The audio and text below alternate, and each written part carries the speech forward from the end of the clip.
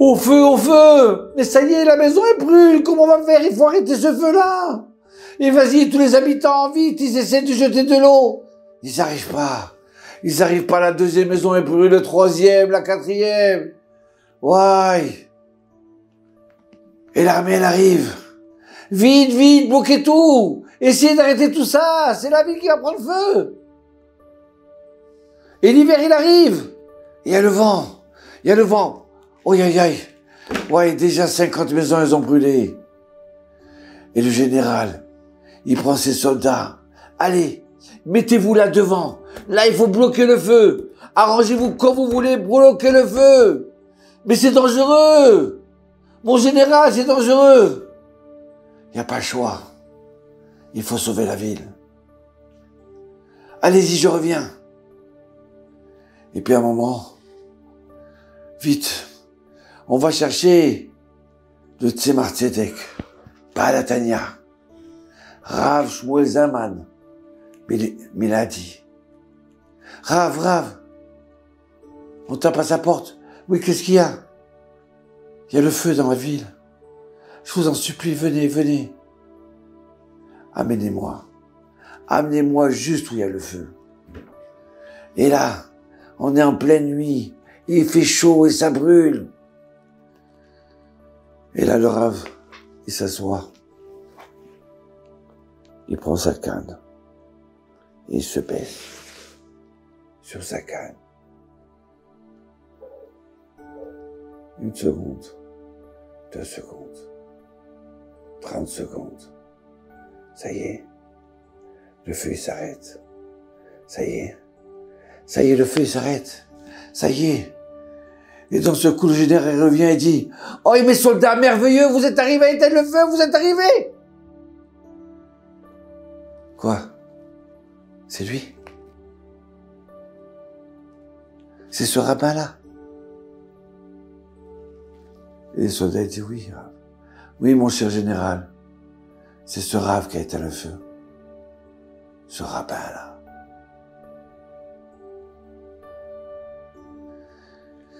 Et là, le général se met devant le rabbin et dit « Je sais que c'est vous.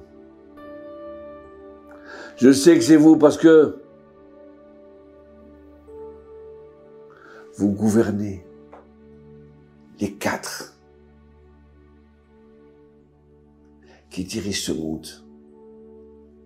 L'air, la terre, l'eau et le feu. C'est les 4 composants de ce monde-là. Oui, je le sais. Je sais parce que vous êtes peut-être le fils du Baal Shem Tov ou le petit-fils. Je suis le petit-fils spirituel. Mon Rav, c'était le Rav de Mézérich, l'élève principal du Baal Shem Tov. Ah oui. Vous arrivez à gouverner le feu qui est en vous. Grâce au feu de votre, comment vous appelez ça, votre Torah, oui, votre Torah. Vous arrivez à contrôler vos nerfs. Et en contrôlant vos nerfs par votre sainte Torah, vous avez un autre feu, un feu spirituel, un feu qui vient du ciel. Comme ça, mon père, il m'a dit, mon père qui était général en Russie, il m'a expliqué que le ciel chez vous, ça s'appelle Shamaïm. Shamaïm, c'est composé de 2 mots. Esh et Maïm. L'eau, le feu et l'eau. Donc vous arrivez à contrôler. Alors, permettez-moi, monsieur le rabbin, de vous raconter une histoire. mon père, qui était général, en pleine guerre. Et voilà qu'un jour, il était soucieux, il n'était pas bien. Et les officiers disent, mais qu'est-ce qui se passe, mon cher général? Qu'est-ce qui se passe?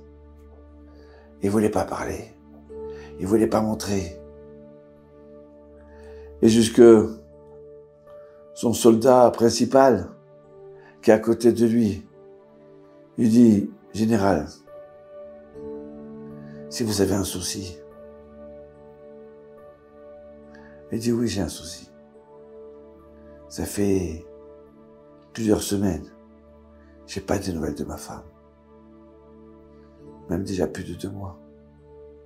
Donc je suis inquiet. Tu comprends, elle était enceinte et j'ai pas de nouvelles. Ah, mon cher général, sachez que dans cette ville-là, il y a un grand rave. Et ce grand rave, il fait des grandes choses.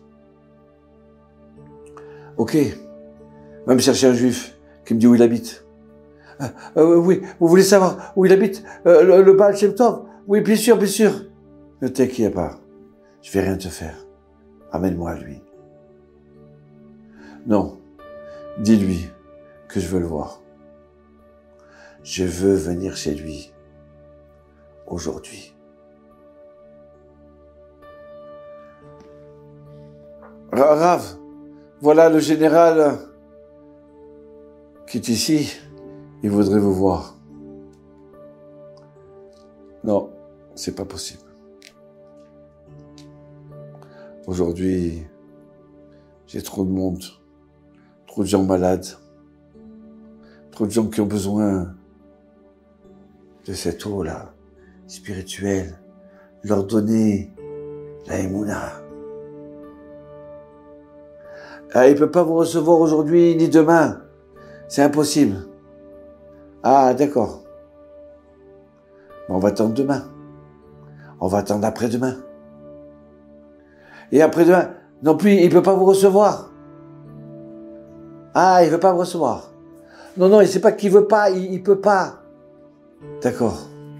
Alors dites-lui que si je suis pas reçu, tous mes soldats de l'armée, ils viendront habiter chez tous les habitants juifs du village. Comme ça, ils les nourriront. Ils mangeront chez eux.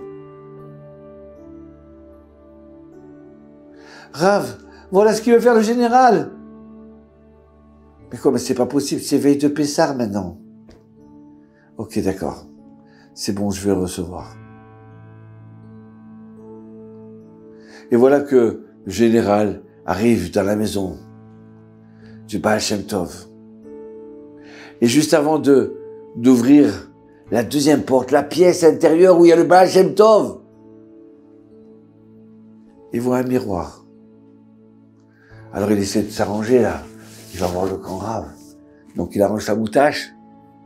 Il arrange sa casquette, son habit.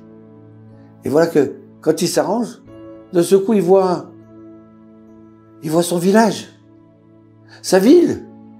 Il voit la route. Et puis de ce coup il voit sa maison. Il dit au soldat à côté, et tu vois?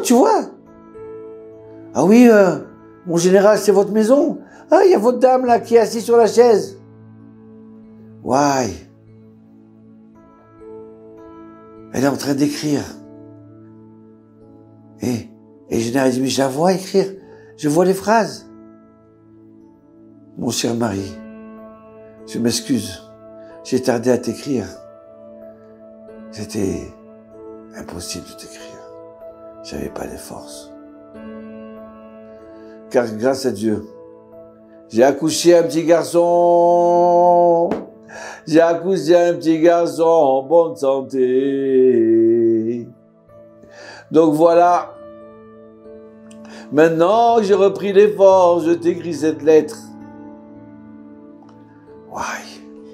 Le général, ça y est. Ça y est, il a sa réponse. D'accord? Il veut pas rentrer chez le Baal Shem Tov.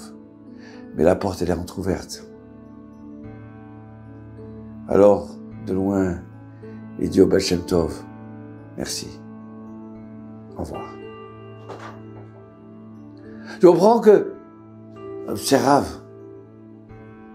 Et voilà que, quelque temps après, il reçoit la lettre que sa femme elle lui a écrite, avec les mêmes mots.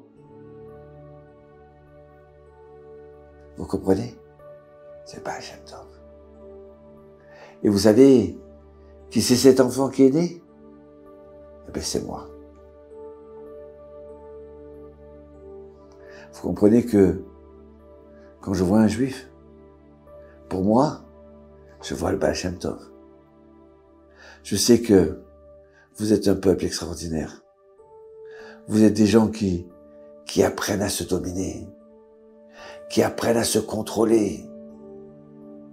Et à ce moment-là, dans votre sainte étude, vous arrivez à contrôler le monde entier, à sauver le monde entier. Merci, petit-fils du Baal Shem Tov.